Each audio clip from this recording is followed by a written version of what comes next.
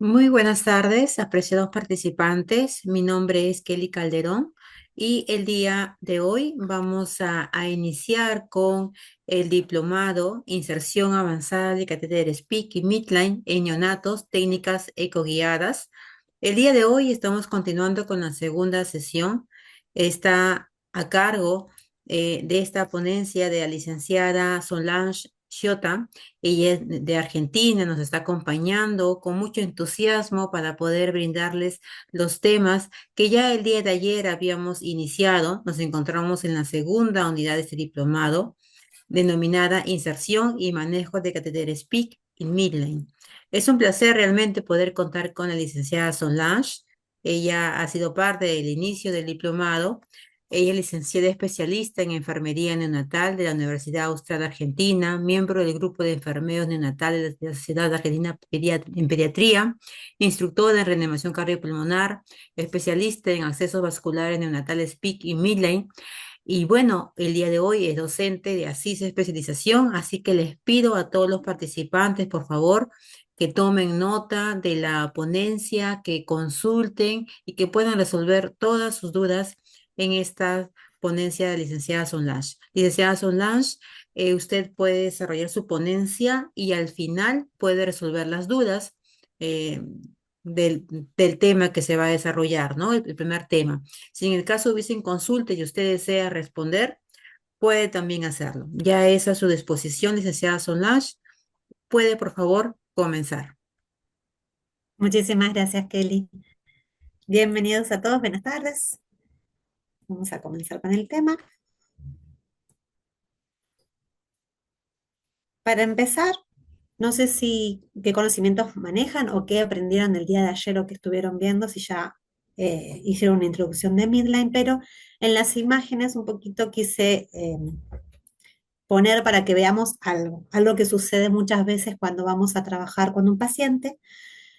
Algo que quiero recalcar, la colocación, la técnica de inserción del catéter midline es una técnica estéril, ¿sí? Entonces van a ver que yo acá les puse tres imágenes.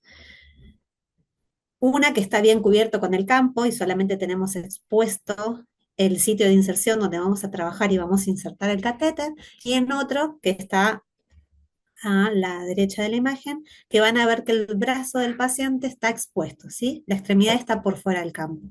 Esto es un error que se comete muchas veces por creer que tal vez es inocuo, que no va a pasar nada, pero hay que ser conscientes de que si la técnica es estéril, uno tiene que conservar en todo el proceso la esterilidad del procedimiento. Si uno retira el brazo, lo pasa por el fenestrado del campo, estamos perdiendo la esterilidad. ¿Por qué? Porque por más de que uno haga una asepsia de la piel, el brazo sigue teniendo restos de flora natural, entonces eso va a hacer que se contamine nuestro campo de trabajo. Entonces siempre hacemos la asepsia en un sitio reducido que se va a trabajar, luego cubrimos con el campo completo al paciente y solamente dejamos el sitio expuesto con el fenestrado de donde vamos a trabajar. Como verán en la primera foto, se usa el campo para poder tomar la extremidad y poder manipular sin que se nos contamine el guante estéril, ¿sí? Bien, esto es una recomendación. En algunas instituciones lo arman particularmente, otros tal vez tienen kit que los compran, pero una de las formas fáciles, rápidas y para preservar la esterilidad en el procedimiento es tener kit para el momento de la canalización, ¿sí? No solamente lo que sería canalización de catéteres Midland, sino también otros tipos de catéteres que manipulamos, ¿sí? Para PIC, para líneas medias, para periféricos, umbilicales. Está bueno tener armado ya un kit donde uno toma y ya abre en forma estéril, vistiendo en la mesa y empieza a trabajar. Como pueden ver en la imagen, tenemos obviamente el catéter, tenemos la guía, el, el introductor, que en este caso vamos a hablar un poquito, el utilizar catéteres cortos de 24 gauge, las jeringas, la pinza, los campos, ¿sí? Si tenemos paños eh, o campos transparentes sería lo ideal para uno poder mantener siempre la visualización y ver la coloración del paciente en el momento de del procedimiento, pero si no tenemos, en muchas instituciones aún no los utilizan, también está bien y tener en cuenta que el asistente tiene que estar observando por debajo del campo al paciente, ¿sí? Si creen que voy muy rápido, por favor me avisan. Bien, cuando hablamos de un catéter midline, vamos a hablar para aquellos pacientes que ¿qué van a necesitar? Principalmente restaurar y mantener el equilibrio de su medio interno, ¿sí? No es un catéter para todos los pacientes, sino que es para aquellos pacientes que necesitan una terapéutica prolongada mayor a 6 días, donde no necesite soluciones compatibles con un acceso central, ¿sí? Algo importante a tener en cuenta es que un catéter de línea media, un catéter midline, es un catéter periférico.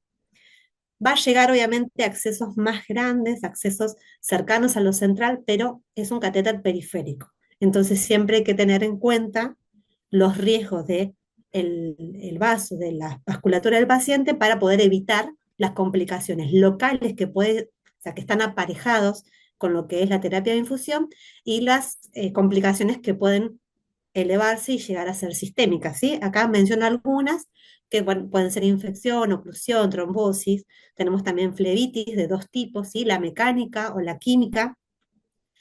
La flebitis nos puede derivar a una extravasación y eso nos puede llevar o a un síndrome compartimental o también puede hacer que una mala manipulación del catéter o en el momento de la colocación podamos tener una bacteremia o una eh, septicemia del paciente. Nuestro rol como enfermeros dentro de la unidad, ¿cuál va a ser? Principalmente lo que uno recomendaría, lo que todo profesional debería llevar a la práctica, ¿sí? Es tener un protocolo o un accionar cada vez que tenemos un paciente y vamos a necesitar tener que hacer una terapia de infusión. Uno debería pensar, dependiendo del paciente, ¿sí? Las características de él, la duración y las características que tiene el tratamiento, dependiendo la osmolaridad, dependiendo el pH, dependiendo eh, cuánto tiempo va a estar en tratamiento el paciente, qué dispositivo elegimos para colocarlo, ¿sí? Por eso yo acá a la izquierda les puse adecuar el tipo de catéter a las particularidades del tratamiento.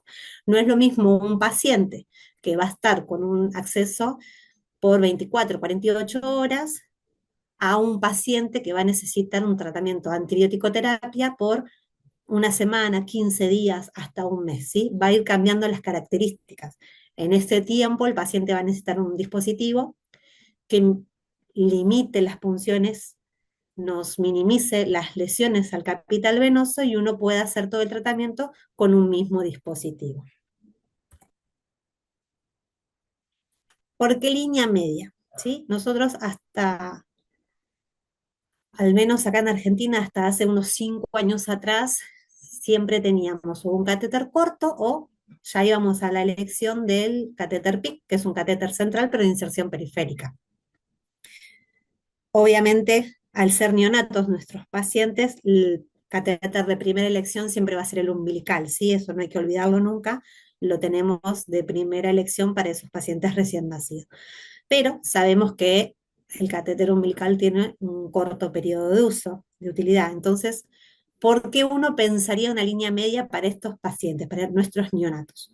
Primero, si evaluamos el tamaño y la capacidad que tienen los vasos, si vamos de periférica hasta la vena cava, que es la central propiamente dicha, uno podría ver que la osmolaridad y el tamaño de la vena, lo que puede tolerar, cada vez va más incrementando, ¿sí? De izquierda a derecha uno ve una periférica común que deberíamos respetar siempre un pH de 5 a 9 y una osmolaridad no mayor a 600 miliosmolar, porque mayor a 600 sería muy irritativo, muy vesicante para el vaso. Eso nos llevaría a que irrite las paredes, que haga una inflamación del vaso, haciendo una flebitis, y termina siendo una extravasación por, obviamente, lesión, una, una lesión que va a ser a la íntima, que va a terminar rasgando el endotelio del vaso. Si llegamos al axilar, que es la idea que la punta del catéter de de línea media de midline nos llegue a la vena axilar, vamos a tener una periférica con las mismas características de tolerancia de pH y de osmolaridad, pero podemos ver que en tamaño ya es el doble, entonces va a tener un flujo mayor, que lo que va a hacer es menos tiempo las sustancias que estemos administrando se quede rozando las paredes del vaso, ¿sí? Se va a licuar más rápido y el torrente sanguíneo lo va a trasladar a todo el sistema. Si llegamos un poquito más, si avanzamos un poquito más, tal vez la punta nos quedó un poquito más introducida y llegamos a la subclavia, vamos a tener ya un vaso de lo que sería el sistema central, ¿sí? Mucho más grande, mucho más resistente, las paredes más gruesas, y ahí uno podría de alguna forma administrar esas sustancias que son tal vez un poquito más ácidas, un poquito más básicas, para poder hacer todo un tratamiento sin las complicaciones que a veces nos llevan. Por ejemplo, la vancomicina es un antibiótico que utilizamos muchísimo en las neonatologías y no sé si ustedes saben del pH o la molaridad que tiene, pero es un antibiótico de uso prácticamente habitual que su osmolaridad, perdón, su pH es de 3,4. O sea, esto me dice que es muy ácido. Al ser muy ácido es muy vesicante y lo que va a hacer es que ese acceso periférico me dure un tiempo muy corto y lo vamos a tener que estar recambiando cada 24, con suerte 48 horas, pero creo que a todos nos ha pasado de a veces por turno tener que cambiar un acceso periférico porque se terminaba haciendo una extravasación o una flebitis que veíamos la zona enrojecida o acalorada. Entonces, para evitar esto, tenemos el dispositivo en línea media que lo que va a hacer es prevenir, minimizar estas lesiones, porque también algo que tiene muy beneficioso es el tipo de material, ¿sí? Acá puse una fotito para que podamos ver por dónde van las venas. Nosotros podríamos poner un catéter Mittler en cualquier vena que uno pueda visualizar o pueda palpar. Pero, ¿dónde sería el sitio más recomendado? Las guías actuales de terapia de infusión nos recomiendan y nos marcan que la mejor elección es ir a zona sin verde, ¿sí? Cuando uno recuerda la zona sin, es en la zona del brazo, ¿sí? Contando desde el hombro hasta el codo, lo dividimos en tres partes. Tenemos la zona sin roja, que sería la zona del doblez del codo. Esa parte no se debería utilizar, ya que al doblar el paciente el brazo tenemos primero riesgo de oclusión, que favorezca que se tape el catéter, o mismo que el doblez del paciente por la posición de llevar sus brazos a línea media, hagan que se frene el tratamiento. Entonces tenemos mayor riesgo de que se tape el catéter, mayor riesgo de trombosis y que el catéter por el mismo movimiento del codo se desplace y se salga accidentalmente. Después tenemos la zona sin verde, ¿sí? Que es el tercio medio. Esa sería la zona de elección para poder colocar. Que nosotros en la imagen lo que podemos ver es que tenemos obviamente el bíceps en el medio y luego tenemos la cefálica por un lado, la basílica, que ya son accesos y venas de mayor tamaño, ¿sí? Y ellas, tomando cualquiera de ellas dos, lo que vamos a hacer es llegar la punta del catéter a la vena axilar. Y por último tenemos la zona sin amarilla, que ya es la zona de la axila en sí y el hombro, que esa es amarilla porque se podría llegar a utilizar, pero es una zona más húmeda al tener el doblez, ahí se junta a veces la misma piel del recién nacido, se hace como una sudoración, ¿sí? Pérdidas insensibles que se mezclan y se hace una zona muy sucia. Entonces tenemos mayor riesgo de que nos infecte el catéter. Por eso lo más recomendado es zona sin verde, donde va a estar más recto, no va a tener tanto movimiento el catéter y vamos a llegar a la vena que queremos, vena axilar, o tal vez podríamos llegar un poquito más, que es vena subclavia, no más allá.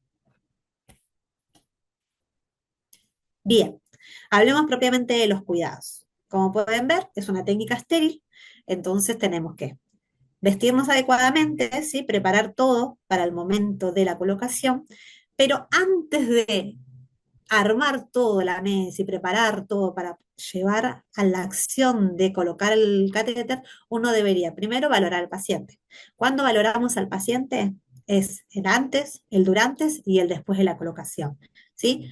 Al colocar accesos centrales, uno recuerda siempre que el paciente lo principal o lo que más fácil que nos puede hacer es un reflejo vasovagal, ¿sí? Que el paciente pueda hacer una desaturación en el momento o puede hacer una taquicardia o una bradicardia. Entonces, la valoración tiene que estar continuamente. Antes, para buscar el mejor momento, ¿sí? En el momento que el paciente esté lo más tranquilo, con sus signos vitales estables, hemodinámicamente compensado, ¿sí? Es muy importante ver que su temperatura corporal será la adecuada. Si el paciente está hipotérmico, no sería el mejor momento para hacer una canalización, porque los vasos van a estar vasocontraídos, va a ser más dificultoso encontrar los vasos y aparte en el momento que hagamos la punción es más fácil que se rompan. Lo mismo si el paciente está sobrecalentado o con hipertermia, es mucho más fácil que se rompan en el momento.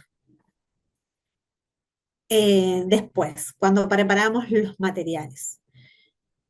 Algo que es muy importante no olvidar es que cuando vamos a utilizar el equipo del ultrasonido para poder encontrar, hacer el mapeo de la extremidad para buscar el mejor vaso de acceso y utilizarlo, tenemos que tener preparados los elementos para aislar el transductor del ultrasonido y poder mantener la esterilidad en el proceso. ¿Sí? Eso es algo importante poderlo tener a mano para poderlo preparar la mesa. Acondicionar al paciente, preparar la piel del paciente. Cuando hablamos de acondicionar al paciente y preparar la piel, es buscar una contención, buscar el momento que el paciente no llore, que esté lo más confortable posible y poder hacer la antisepsia antes de iniciar, hacer la limpieza en sucio, como a veces hablamos en los servicios, y poder hacer luego la antisepsia previa a la introducción de la aguja o el introductor. Nos vamos a preparar una vez que tengamos todo a mano, nos vamos a preparar nosotros. ¿Cómo nos vamos a preparar? Principalmente lavado de manos antiséptico, ¿sí? Nunca olvidarlo.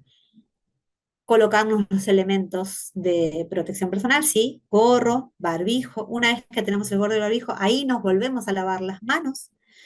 Recién ahí nos ponemos el camisolín estéril y los guantes estériles, ¿sí?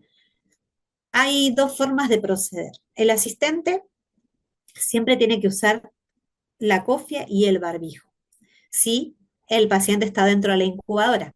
¿Qué pasa con aquellos pacientes que los tenemos en servocuna o que están en una cunita? Porque ya el paciente tiene un tiempo dentro del aneo y ya fue creciendo y la incubadora le quedó chica. En ese tipo de pacientes, sí o sí, ambos dos tenemos que estar vestidos estériles completamente. ¿Por qué? Porque estamos sobre el campo trabajando y tenemos que limitar todos los riesgos que conlleven que se contamine nuestro campo de trabajo, ¿sí? Algo importante también, a la hora de armar la mesa para poder acomodar todos los elementos, hay que tratar de evitar todo lo que son ventilaciones tipo abanico, ¿sí? Cuando abrimos las gasas o abrimos el- los elementos de trabajo, siempre hay que abrirlo de manera obviamente estéril, ofreciéndoselo al operador para que él pueda tomar y acomodarse la mesa lo más cómodo y prolijo posible para después encontrar todos los elementos al momento de la introducción, ¿sí? Lo último que abrimos es el catéter en sí para evitar que se nos contamine por la población de microorganismos del ambiente y tratar de que eh, haya menos personas en ese momento en la unidad, ya que cuanto más flujo de personas hay, más riesgo de que se nos contaminen los elementos, ¿sí?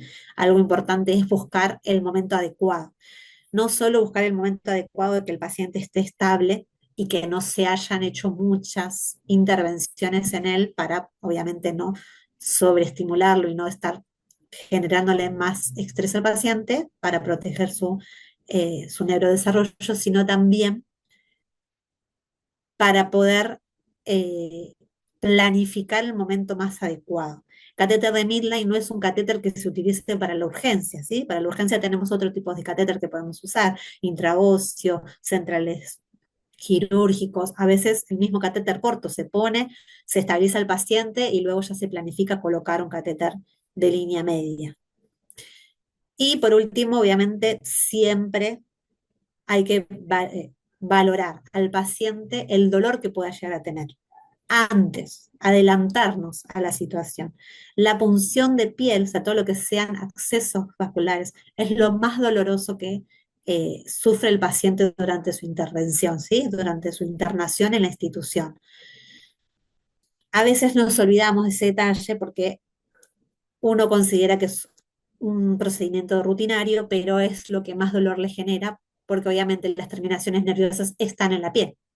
Entonces uno tiene que prevenir, no solo haciendo contención mecánica con una sábana, ofreciendo succión no nutritiva, ¿sí? Hay muchos métodos que podemos utilizar. Si ustedes en la institución usan sucrosa o si usan chupetes, todos estos elementos nos pueden ayudar para prevenir el dolor. Pero ¿qué pasa con aquellos pacientes que por algún motivo ya son demasiado irritables, ¿sí?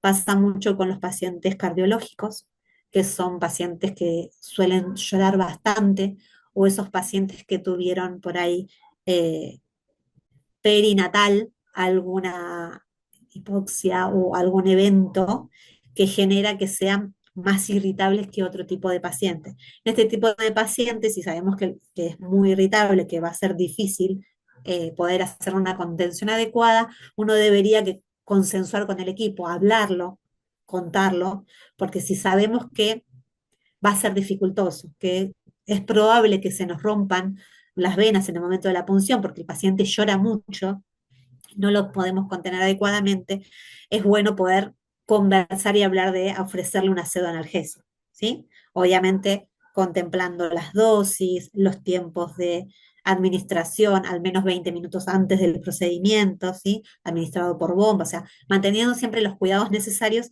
pero siempre para fomentar la protección para su neurodesarrollo, evitar el dolor y que el procedimiento sea lo más exitoso posible.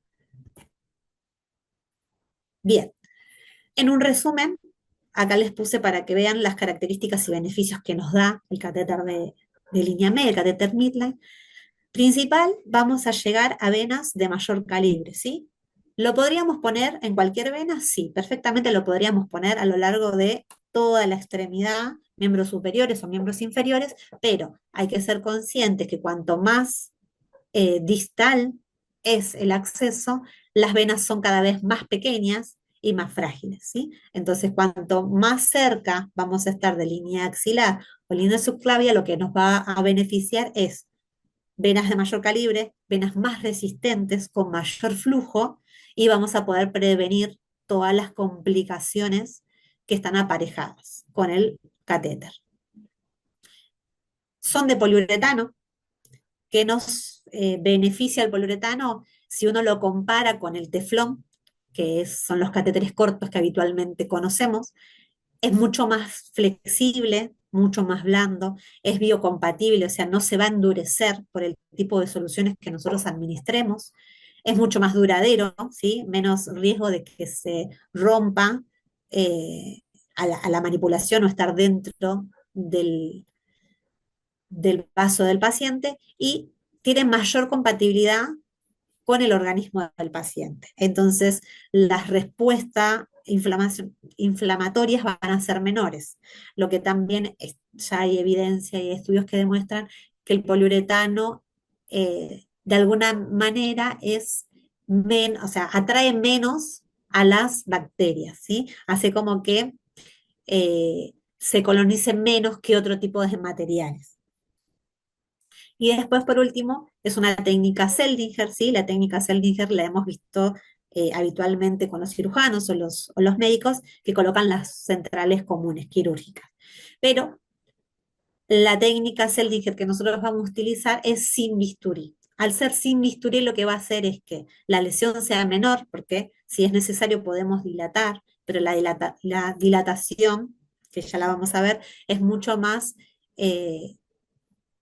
noble, más suave, porque solamente vamos a dilatar la piel y lo que esto nos va a generar es que sea menos invasivo, menos agresivo para los tejidos del paciente y lo que nos va a dar como consecuencia es una preservación de capital venoso, porque yo no estoy haciendo cortes directos que me rasguen el endotelio y que después la cicatrización no sea una cicatrización muy grande que me limite la elasticidad del vaso, ¿sí? Entonces la regeneración del endotelio de la vena va a ser mucho mejor. No sé si ustedes tienen, esta es una pregunta para todos, ¿tienen el concepto de capital venoso? ¿Utilizan el concepto de capital venoso y conservación en sus unidades? ¿O es un concepto nuevo? El concepto de capital venoso, al menos en Argentina, ya se utiliza desde el 2011, pero todavía hay muchas instituciones donde no lo han apropiado o se olvidan en el día a día de hacer actividades para fomentar el cuidado. Capital venoso se le llama a toda la red de capilares, venas, arterias, arteriolas, toda la red circulatoria que tiene una persona, eso es su capital venoso. Se le llamó como capital porque es lo más valioso que tiene el paciente.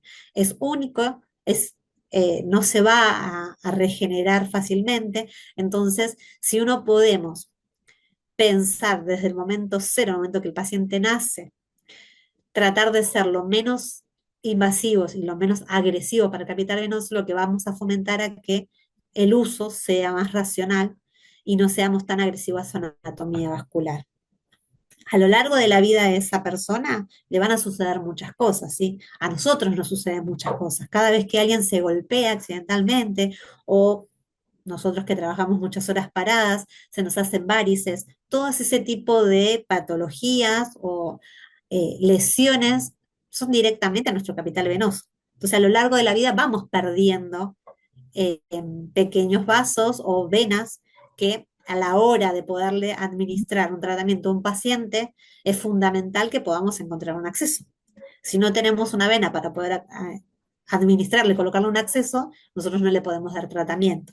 Entonces, la importancia es, obviamente, prepararnos, ser conscientes desde el primer momento en que si los tratamientos van a ser prolongados o si van a ser muy agresivos, evaluar la necesidad de catéteres que acompañen a todo el tratamiento, catéteres que sean menos agresivos a la anatomía vascular de nuestro paciente, ¿sí? Para eso nos tenemos que preparar, tenemos que fortalecer nuestras habilidades para la inserción de los catéteres y el mantenimiento de los accesos.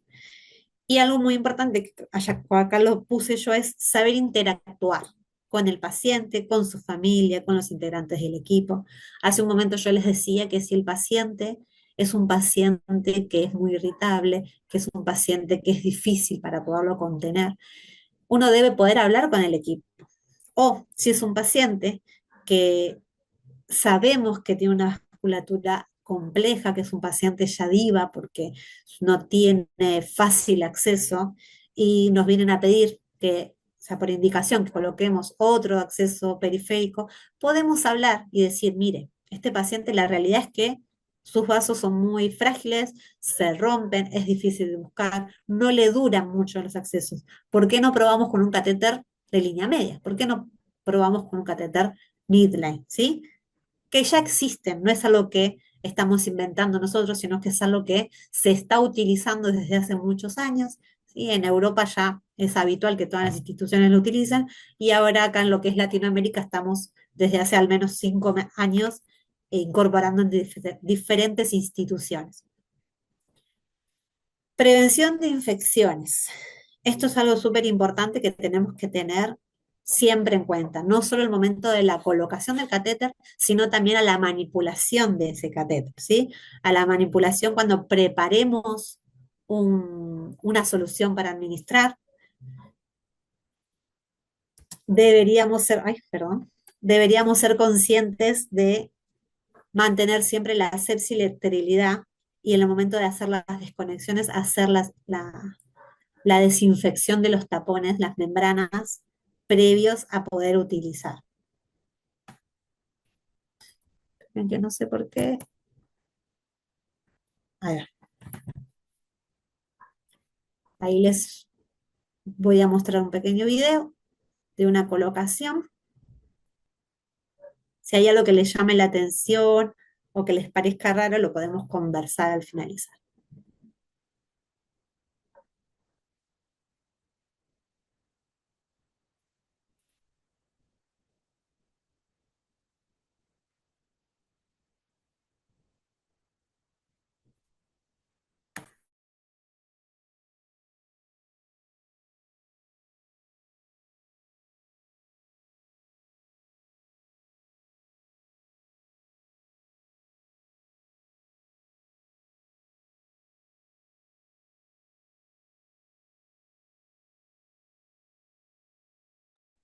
Algo importante.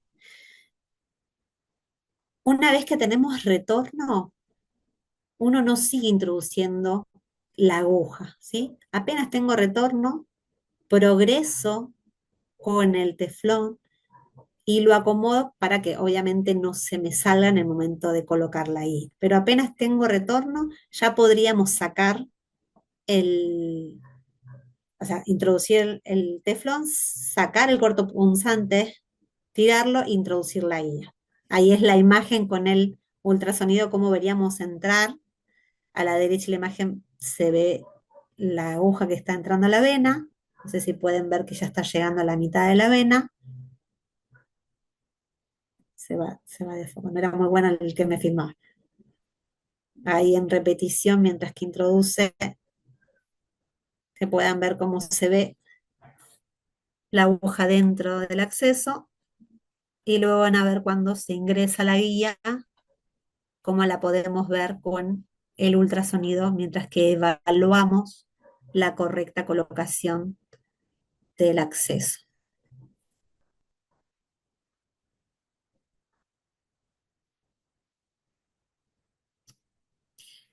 Es importante, obviamente, seguir, o sea, una vez que valoramos la vena, ingresamos con el introductor, ver que la cuerda esté ingresando al torrente sanguíneo, ¿sí? Que no estemos fuera, corroborar que estemos dentro de la íntima de la vena para poder utilizar adecuadamente y que esté permeable a la hora de utilizar.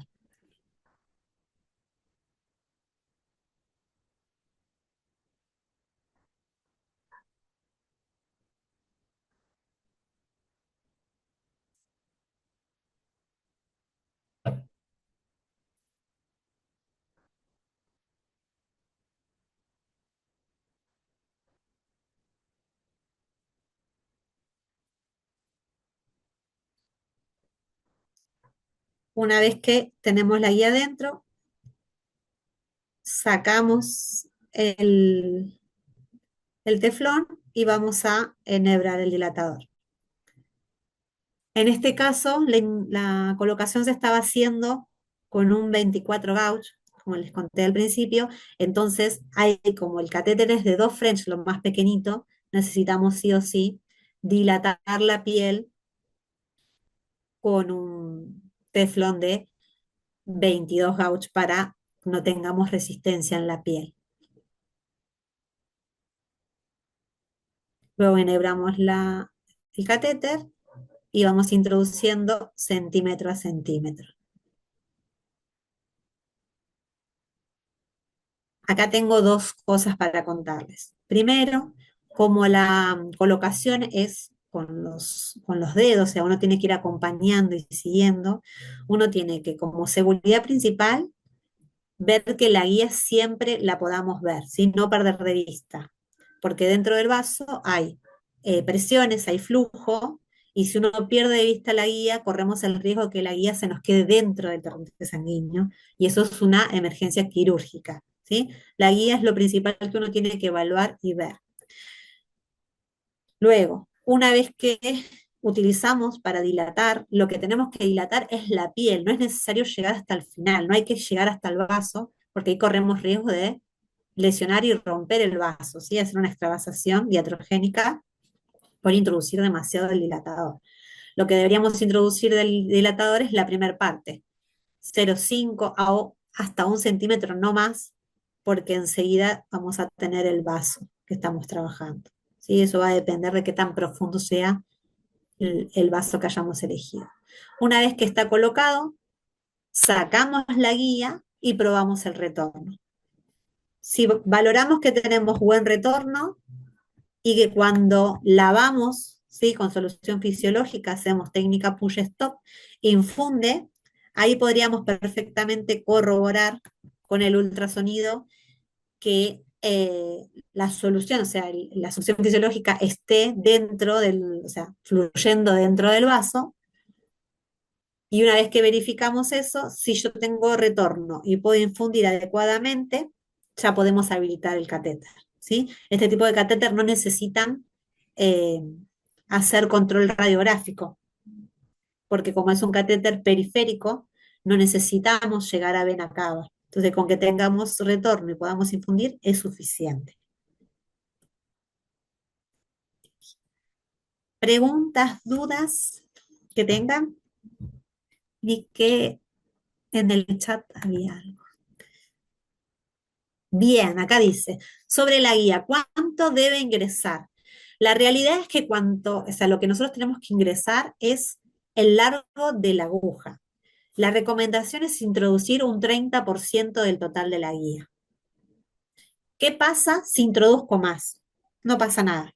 Lo que sí hay que tener cuidado en el momento que introducimos, si vemos que nos quedó muy cortito de afuera, cuando estemos introduciendo el catéter, antes de llegar a la piel, tenemos que empezar de a poco, sacar guía e ir introduciendo de a poco, sacar guía y ir introduciendo el catéter, pero sin llegar al final, ¿sí? Una vez que sale del otro extremo la guía, ya podemos ir hasta el final e introducir manualmente. Es una técnica que se coloca manual, entonces mi recomendación, el talco, la maicena que traen los guantes estériles, es una sustancia que puede generar inflamación en la íntima de la vena, o sea, nos puede dar una flebitis mecánica. Entonces, mi recomendación es utilizar guantes libres de talco. Si la institución no tiene, porque puede ser que no tengamos guantes estériles libres de talco, lo que podemos hacer es obviamente manteniendo la esterilidad, una gasa con agua destilada, lavarnos un poco los dedos del guante para minimizar. Algunas personas están intentando colocar con la pinza, pero ¿qué pasa con la pinza? Nosotros tenemos una guía que está dentro del catéter. Entonces, a la hora de colocar, lo que va a hacer la pinza es empujar todo. Va a empujar el catéter y va a empujar la guía. Entonces, ojo, porque se nos puede ir y se nos puede quedar la guía dentro. La idea no es que ingrese la guía. Uno tiene que ir introduciendo el catéter y manteniendo, sosteniendo la guía para que no se vaya adentro, con la mano no hábil. Algo importante, si usamos pinza, porque tenemos miedo de contaminar el catéter y prevenir la flebitis mecánica, lo que podemos hacer es eh, utilizar una pinza que no tenga dientes, ¿sí? Porque las pinzas, si tienen dientes o rebordes, pueden lesionar el catéter. Lo mismo la utilización de alcohol. Si uno limpia este tipo de catéter, o sea, todo lo que sea poliuretano o silicona, si usamos alcohol directo al catéter, le roba vida útil al catéter. Lo termina rompiendo, ¿sí? Se va comiendo el material del catéter. ¿Alguno tiene otra pregunta? Sin vergüenza. Todas las preguntas están bien recibidas.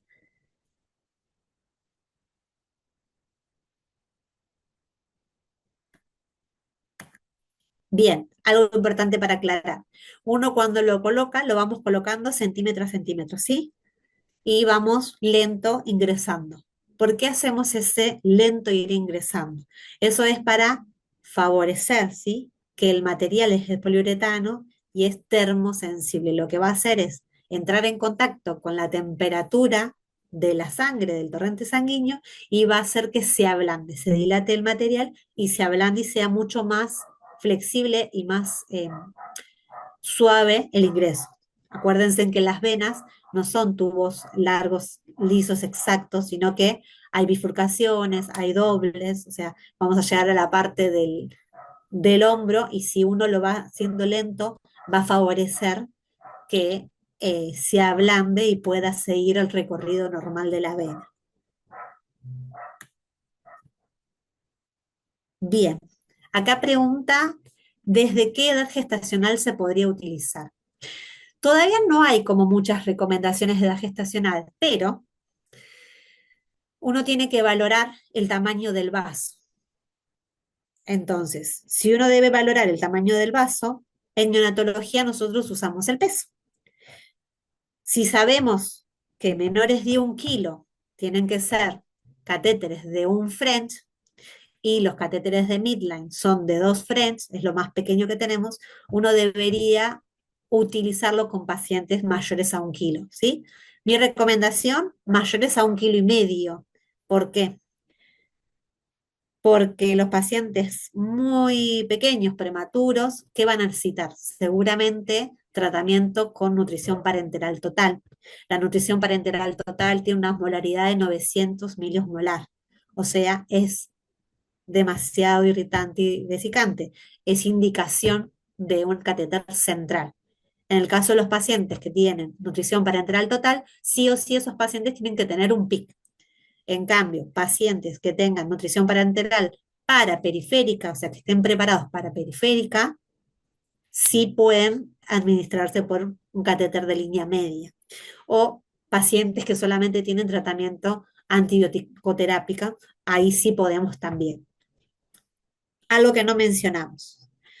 Se habla mucho que el catéter de línea media nos sirve para hacer extracciones de sangre y administración de hemoderivados. ¿Esto es verdad? Sí, es verdad, pero hay que tener pequeños cuidados. Cuando yo coloco el catéter, como es una técnica totalmente estéril, uno podría aprovechar en ese momento y tomar una muestra de laboratorio para un hemocultivo, porque perfectamente, como es una técnica estéril todo el procedimiento, podríamos aprovechar ese momento para hacer la toma y enviar la muestra. Luego de hacer la toma, sí o sí, tenemos que limpiar con solución fisiológica una técnica push stop. Infundo medio centímetro, 1 centímetro, freno. Infundo otro medio centímetro, 1 centímetro y freno. Esto es necesario siempre para poder lavar, hacer una turbulencia dentro del catéter que limpie, vaya desprendiendo las paredes del catéter todo lo que nos haya quedado de glóbulos rojos, fibrina, o mismo del, si usamos antibiótico, los cristales que se pueden quedar adheridos a la pared. ¿Alguna otra duda, pregunta? Ahí tenemos otra.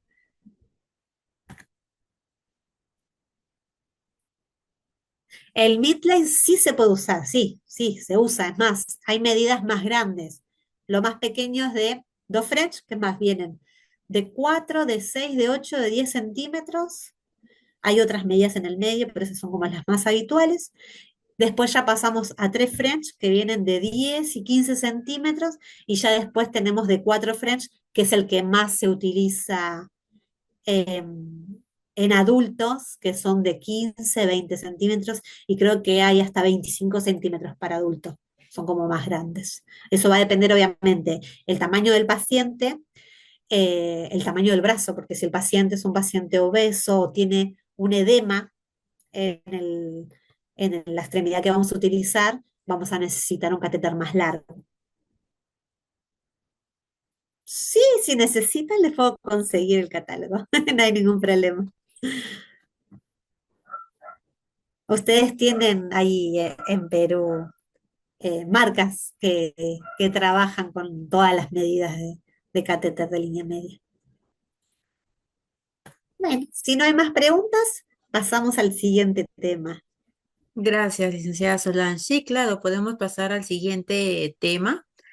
Sí, justamente nosotros trabajamos con alianza con Vigón, así que cualquier consulta en relación a catéteres, me pueden escribir para poder derivarle a la empresa que estamos trabajando en alianza.